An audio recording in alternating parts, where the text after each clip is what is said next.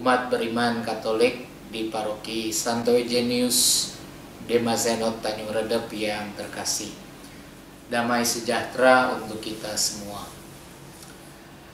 Sejak kurang lebih bulan Maret 2020, kita tidak bisa melaksanakan peribadatan di gereja, di rumah, dan dimanapun atas anjuran pemerintah untuk mencegah penularan dan penyebaran virus COVID-19.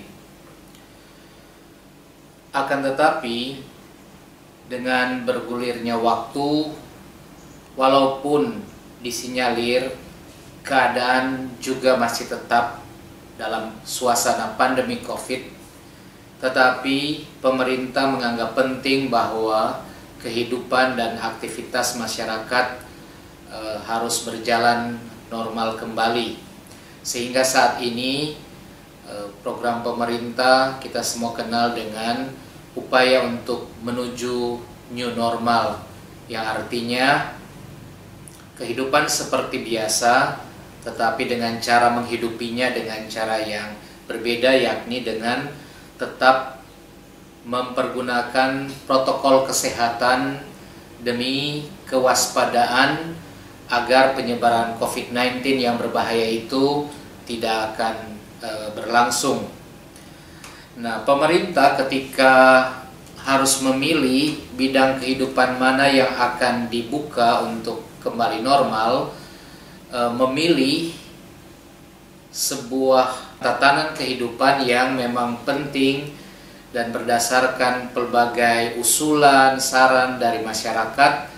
Pemerintah memilih untuk melaksanakan relaksasi alias sedikit kelonggaran untuk dapat menjalankan kembali peribadatan secara umum di gereja, di tempat-tempat ibadat dengan sebuah protokol kesehatan yang ketat. Karena disadari bahwa badai belum berlalu. Kita masih dalam suasana di mana virus ini terus memakan korban dan kita harus menjaga agar tidak terjadi penyebaran. Pada tanggal 3 Juni kemarin, para pengurus gereja, vihara, pura telah diundang oleh pihak kabupaten untuk berjumpa dan pemerintah melaksanakan sosialisasi tentang kemungkinan pembukaan gereja untuk beribadat kembali. Dan secara internal paroki kita pada hari Kamis tanggal 4 Juni melaksanakan pertemuan DPP Dewan Pastoral Paroki Inti bersama dengan pengurus-pengurus lingkungan untuk membicarakan mengenai bagaimana paroki kita harus mengambil langkah-langkah menuju ke pembukaan kembali peribadatan di dalam gereja. Dan saya akan menyampaikan dalam kesempatan ini apa yang harus kita tempuh bersama untuk itu.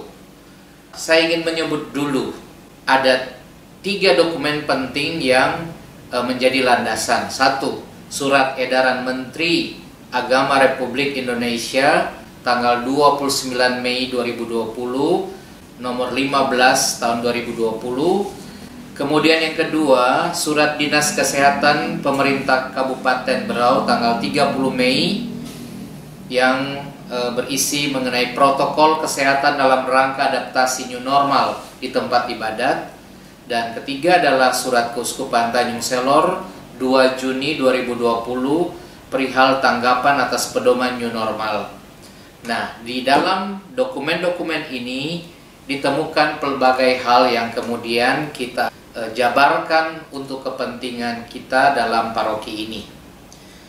Yang pertama, patut diingat bahwa sebelum gereja bisa dibuka kembali untuk peribadatan umum, Bapak Uskup menegaskan, 1, perlu mempelajari dokumen-dokumen, norma-norma dari Kementerian Agama, Kementerian Kesehatan, dan pemerintah daerah.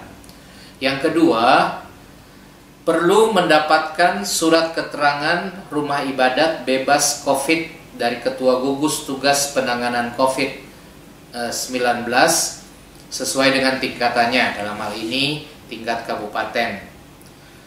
Kedua, perlunya surat keterangan lingkungan rumah ibadat bebas COVID juga dari instansi yang sama. Ketiga, adanya sarana dan prasarana yang sesuai dengan protokol kesehatan. Dan yang keempat, yang paling pokok, umat memiliki komitmen untuk melaksanakan protokol kesehatan. Sehingga kalau ini syarat dipenuhi, maka kita bisa mengambil kesimpulan dan mengambil keputusan menyangkut dibukanya kembali peribadatan kita. Dan dalam rapat tanggal 4 Mei kami sepakat untuk menindaklanjuti dokumen-dokumen ini dan membicarakannya sehingga muncullah keputusan sebagai berikut. Pertama, pelayanan sakramen dan sakramentali baru bisa dilaksanakan kalau kita memenuhi keempat persyaratan di atas tadi. Bebas COVID untuk gereja dan lingkungannya, kemudian sarana prasarana siap, keempat, umat memiliki komitmen untuk melaksanakan protokol kesehatan. Kedua, keputusan boleh membuka kembali peribadatan tidak ada pada kebijakan pribadi siapapun, pastor, pengurus, lingkungan stasi, dan lain-lain. Tetapi kalau sudah terpenuhi persyaratan, sehingga kesimpulannya tidak ada kata tanggal yang seragam untuk kapan setiap gereja bisa dibuka kembali di paroki maupun di stasi wilayah pelayanan maupun untuk lingkungan. Rapat juga memutuskan, karena ini bagian dari pemerintahan pemerintah, bahwa harus ada penanggung jawab untuk mengawasi baik dari persiapan, pelaksanaan maupun evaluasi terhadap protokol yang dijalankan. Dan karena itu rapat memutuskan Pastor Saverinus Peri dan Bapak Daniel Setiawan untuk menjadi penanggung jawab dan akan membentuk satu tim kecil untuk tugas ini. Kemudian berkaitan dengan pusat paroki, pembukaan resmi gereja kita adalah hari Minggu tanggal 14 Juni 2020 bertepatan dengan Hari Raya Tubuh dan Darah Kristus. Karena ini berkaitan dengan ada juga keputusan lain, yakni karena tempat di gereja kita berkurang dengan pengaturan jarak, sehingga diputuskan ada penambahan misa 4 kali, yakni pada hari Sabtu jam 6 sore, hari Minggu seperti biasa 3 kali jam 6.30, 8.30 dan jam 18. Sehingga dengan demikian tanggal 13 sore hari Sabtu kita juga akan mulai merayakan liturgi yang sama dengan hari Minggu, sehingga bisa dikatakan pembukaan juga itu resmi pada tanggal 13 Juni nanti. Akan tetapi saudara-saudari sekalian, paroki ini merencanakan untuk melaksanakan novena Hati Kudus Yesus yang akan mulai pada hari Rabu tanggal 10 Juni. Sehingga dengan demikian masa uji coba kita akan mulai pada hari Rabu tanggal 10 Juni jam 19, jam 7 malam kita akan melaksanakan misa novena itu. Berkaitan dengan itu, maka ada beberapa hal ini yang perlu diperhatikan. Yang pertama, tetap diminta untuk berada di rumah dan berdoa di rumah kelompok orang yang merasa belum siap atau takut untuk berkumpul dalam kerumunan. Bayi, anak-anak, ibu hamil, orang sakit, dan lansia. Dalam rapat ditentukan yang boleh masuk dalam gereja anak-anak adalah kategori sudah komuni pertama. Sedangkan batas umur lansia kami tetapkan di atas 60 tahun. Dan untuk melayani mereka, live streaming tetap akan dilaksanakan. Jumlah orang yang akan ke gereja setelah diatur ternyata berkurang sekali jumlah yang bisa hadir di gereja untuk misa. Perkiraan hanya sekitar 150 orang untuk kapasitas gereja kita, sehingga disadari ini harus diatur. Dan keputusan dalam pertemuan terakhir mengatakan bahwa untuk bisa mendapatkan izin untuk bisa misa di dalam gereja adalah orang-orang yang memperoleh tanda hadir atau tiket yang dibagikan melalui lingkungan-lingkungan. Jadi umat sekalian, sebelum datang ke gereja harus datang ke lingkungan untuk minta tanda hadir atau tiket, dan harus memilih jam sesuai dengan kapasitas gereja. Sudah diatur 4 kali misa, sehingga hanya jumlah itulah yang boleh. Lalu terakhir, saudara-saudari sekalian, ini berkaitan dengan protokol yang harus diperhatikan sebelum peribadatan. Pertama, gereja harus dibersihkan dengan disinfektan baik sebelum maupun sesudah peribadatan.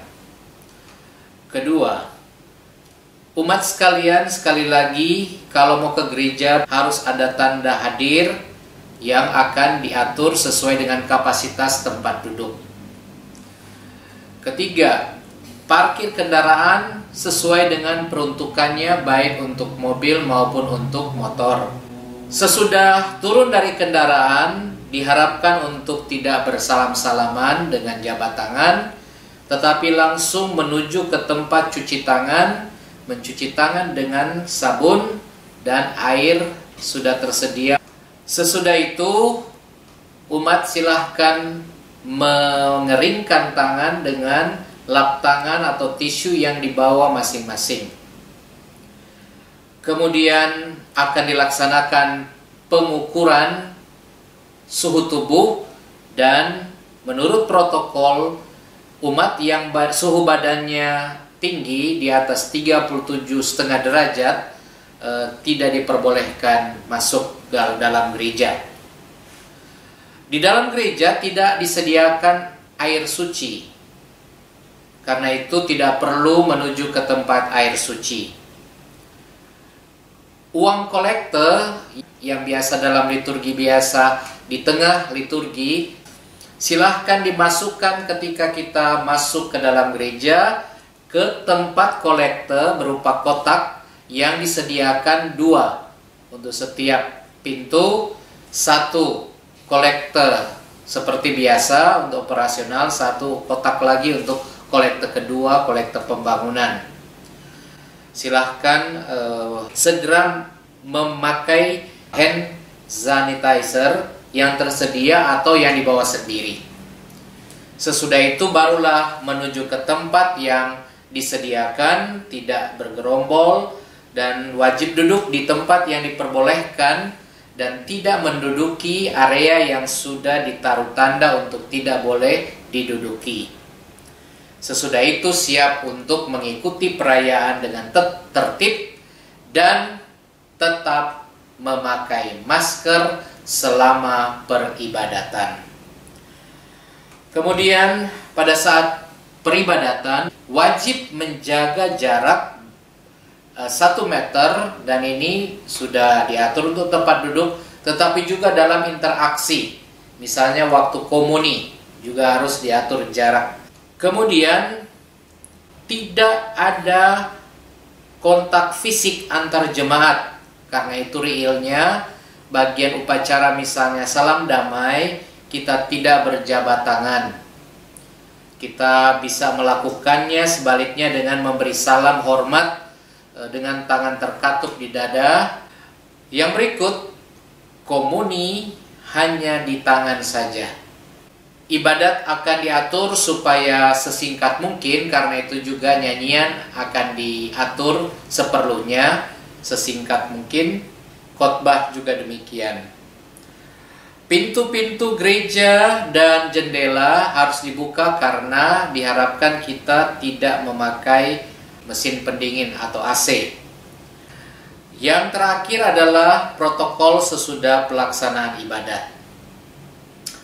Umat sekalian, ketika keluar dari gereja, protokol jaga jarak pun tetap perlu dilaksanakan. Karena itu tidak boleh bergerombol, keluarnya akan diatur supaya bisa tertib dan tetap terjaga jarak. Mohon umat mengikuti arahan dari seksi tatik. Hindari kerumunan orang sesudah tiba di luar gereja. Kalau bisa sesegera mungkin membubarkan diri. Dan tetap wajib memakai masker. Kalau perlu orang masih tetap bisa pergi cuci tangan lagi. Lalu untuk gereja siap untuk dilakukan pembersihan kembali dengan disinfektan. Dan kemudian umat sekalian, seluruh aktivitas kita termasuk laporan tentang semua yang hadir dalam daftar akan diserahkan ke puskesmas dengan tujuan apabila terdapat kasus, maka ini bisa langsung akan ditelusuri ya lewat dokumen itu. Nah, umat sekalian yang saya kasihi, dengan beberapa hal yang disampaikan ini terasa mungkin pelbagai hal yang agak berbeda, sungguh-sungguh berbeda mungkin bahkan, dan terasa menyulitkan. Tetapi semua ini harus ditempuh karena kita menjamin agar kebaikan bersama itu terjadi, yakni keselamatan kita, dan untuk mencegah agar penyebaran virus COVID-19 itu tidak bermula dan tidak terjadi di lingkungan gereja kita. Kita perlu belajar untuk beradaptasi dan semoga dengan perjalanan waktu kita bisa. Sekali lagi dengan demikian kita patut bersyukur kita boleh kembali bisa bertemu walaupun dengan pelbagai pengaturan seperti di atas. Sampai jumpa di gereja dan umat tetap harus giat, sehat, dan semoga kita ada dalam lindungan Tuhan. Dan salam berkat dari para pastor, salam juga dari frater dan semua DPP. Semoga umat yang ada di rumah tetap terlindung oleh berkat Tuhan. Terima kasih atas perhatian, mohon maaf ada atas beberapa hal yang mungkin keliru. Tuhan memberkati kita.